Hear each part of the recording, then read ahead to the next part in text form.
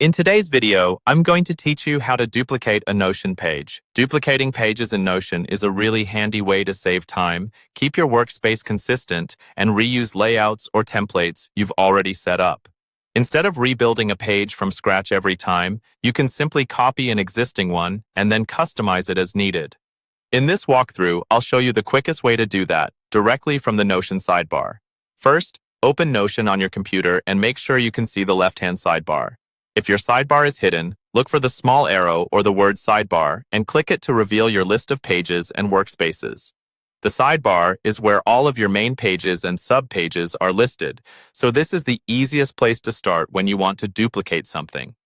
Now take a moment to locate the page you want to copy.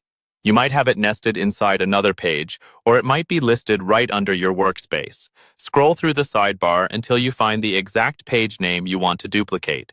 It's important to select the right page, especially if you have several with similar titles, so double-check the icon and the position in the hierarchy to make sure you've got the correct one. Once you've found the page in the sidebar, move your mouse over its name. As you hover, you should see a small set of 3 dots appear to the right of the page title.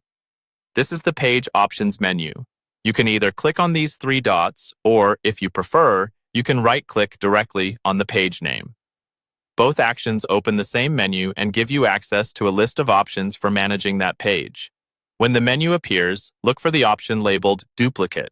This might be somewhere in the middle of the menu, depending on your version of Notion, but it's usually easy to spot.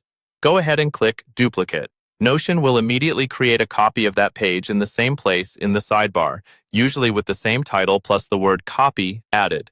From there, you can rename your new page, move it to a different section, or start editing its content. All the blocks, text, databases, and structure from the original page will be preserved, giving you a perfect starting point for your next project.